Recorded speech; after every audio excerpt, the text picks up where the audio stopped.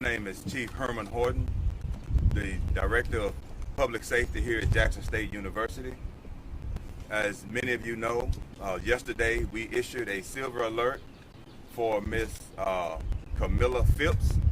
She is a 21-year student here at Jackson State University, and where we are now is still following leads as it pertains to her whereabouts.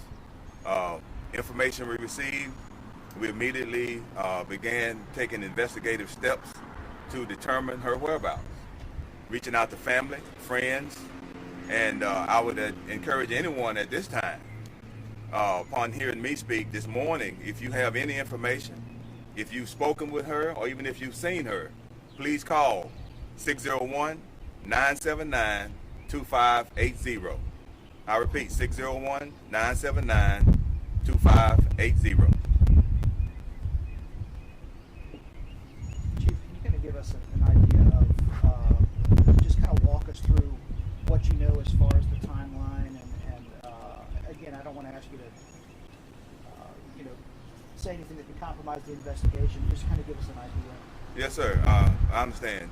We received this information yesterday afternoon, and once again, as I mentioned, we immediately started taking action as far as taking investigative steps to try to determine where Ms. Phipps was located. One of the things that we do know is that she did, or someone purchased a ticket from our Greyhound bus station, and that ticket's destination ended in New York City.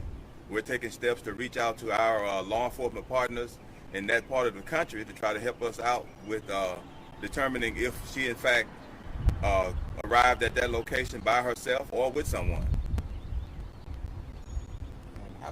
How did you find out she was missing, and how long has it been since We received this information yesterday around 1 o'clock.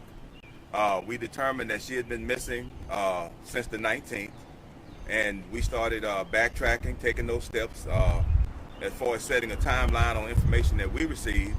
And at this time, right now, we're still, like I said before, developing information based on those leads to help us locate Ms. Phipps. We're in constant contact with the family, with the mother, to try to any information she received. We have been constantly encouraging her to give us a call, and she's been doing that. She's been very cooperative in doing that, and I really appreciate her in helping us resolve this situation. Do you know of anything that would provoke her to want to go to New York City? Like, was there a fight? Was she planning a trip? Like, do we know any of that? We're determining that right now. We are not able to confirm her reason for going to New York, but as of right now, we know that is the destination, that the ticket that was purchased.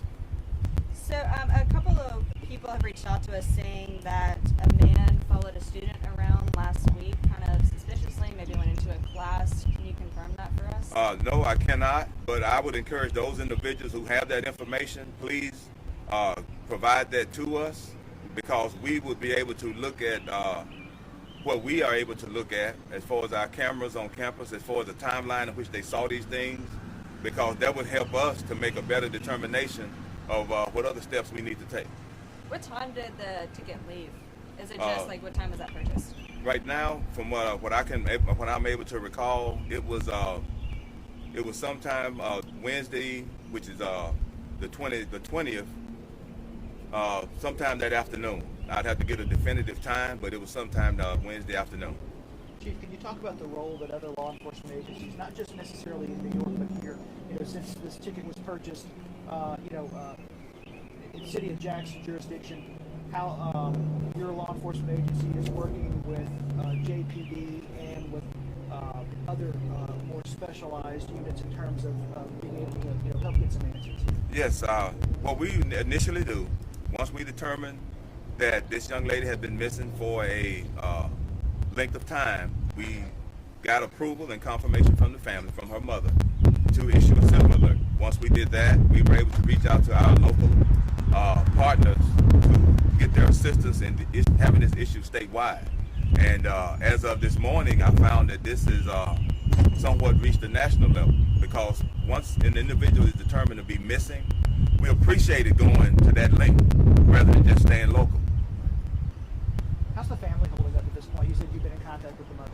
The mother, as with any parent, is very concerned for her child, and we've been empathetic in that regard, because we understand that as a parent, being miles away from your child and haven't heard from her, we understand that. So we've been in the mindset of being able to talk to her whenever she calls, and she's been very receptive of answering our calls. Have they heard from their daughter since, or has there been any communication whatsoever, since this ticket was purchased, in terms of additional leads? Family members? No, without going into detail, we have been tracking activity on that card, but once again, we're looking out, we're reaching out to our partners in law enforcement across the country where this ticket was destined, to find out what they can help us to determine. I'm just trying to clarify the timeline here. You said that she's been missing since Tuesday, and then the ticket to New York City was purchased on Wednesday afternoon. Yes. So what was the incident on Tuesday that made people know that she was not, or missing? We just got a call from her, from a concerned member of the student body, that they wanted to make it known that she needed someone to talk to, and the last time anyone talked to her, like I mentioned, was on the 19th. Can you say the number again? Once again, the number here for Jackson State Department of Public Safety is 601-979-2580, and that is 24 hours a day. Please, if you have any information, if you know anyone that has seen her, if you know anyone that has talked to her, please call us.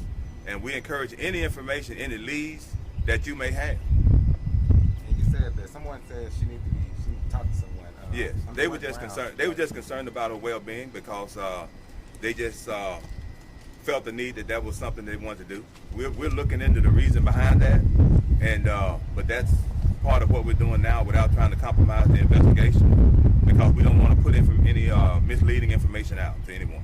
Chief, I'm not trying to get you to just reiterate what you've already said, but based on what you know at this point and can tell the public, do you have any reason to believe that these actions, that there's anything to suggest foul play at this point? At this time, no, because based on information we have,